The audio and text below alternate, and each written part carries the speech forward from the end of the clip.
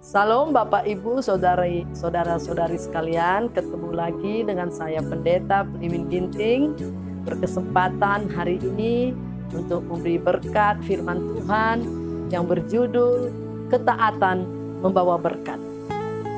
Jadi kita melihat perjalanan hidup Abraham, ya, bahwa dia mendapat anugerah dari Tuhan, dari nenek moyangnya yang belum percaya Tuhan. Dia dipanggil oleh Tuhan. Itulah anugerah, ya. Anugerah Tuhan bagi Abraham dari nenek moyangnya yang belum mengenal Tuhan. Tuhan memanggil dia. Nah, lalu apa kata Tuhan? Tuhan berkata, Abraham, keluar dari tempat sanak saudaramu. Engkau akan kujadikan berkat. Engkau akan kubuat menjadi bangsa yang besar, menjadi termasyhur. Maka Abraham berkata, ya Tuhan. Dan Abraham mau.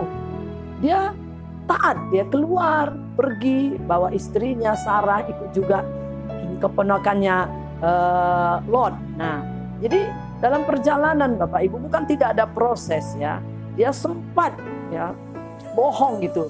Abraham sempat bohong ketika ada kelaparan di Mesir. Lalu dia berkata kepada Sarah, nanti kamu ngaku jadi adikku ya, begitu. Karena istrinya ini Sarah ini sangat cantik, ya, udah pun umur 75 tapi cantik, ya.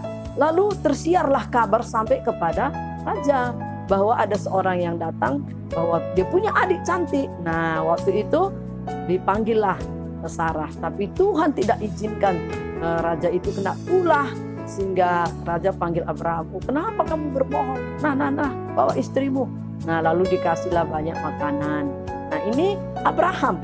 Lalu 10 tahun kemudian, lalu Tuhan berjanji bahwa tadinya kan dia dibawa keluar dari nenek moyangnya untuk menjadi satu bangsa yang besar. Tapi tidak spesifik. Lalu Tuhan berfirman, engkau akan menjadi berkat melalui apa? Akan lahir anak. Akan ada keturunan. Itu janji Tuhan.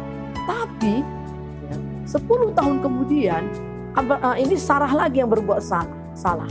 Sarah nggak percaya, ya, bahwa dia kan sudah tua, udah 10 tahun, nggak juga dia hamil. Lalu dia berikanlah Hagar. Ya, waktu itu Hagar itu jadi pembantunya di situ.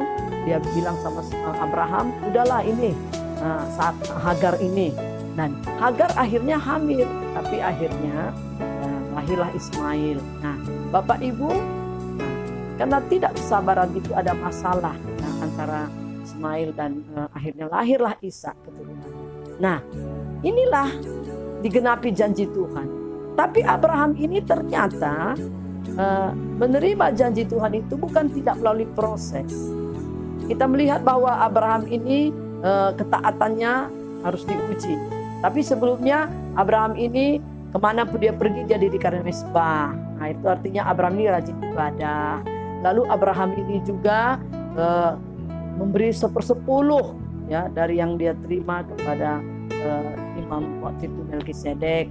Nah, lalu Abraham juga suka berdoa syafaat untuk Sodom dan Gomora waktu mau dihancurkan Tuhan.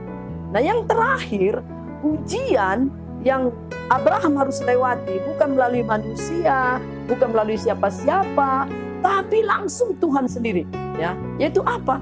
Anak yang sudah lahir tadi, Ishak itu yang lagi senang-senangnya bergurau, bermain. Tuhan minta Abraham, biasanya ada persembahan begitu, ya, domba dipersembahkan, disembelih untuk Tuhan.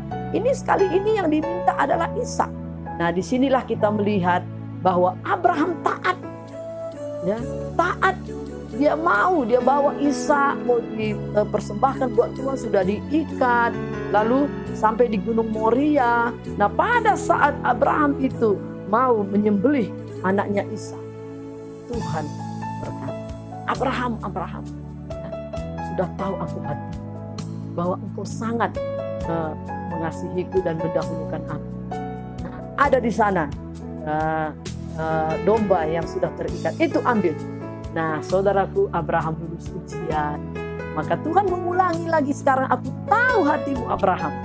Ya, maka sekarang betul janjiku kepadamu digenapi. Engkau keturunanmu akan menjadi bangsa yang besar. Lihatlah bintang-bintang di langit, dan lihatlah pasir di tepi laut. Seperti itulah nanti keturunan banyaknya. Tahukah Bapak Ibu, kita sekarang ini yang sudah ditebus oleh darah Yesus, yang sudah ditebus oleh Yesus, kita adalah keturunan Abraham yang dijanjikan.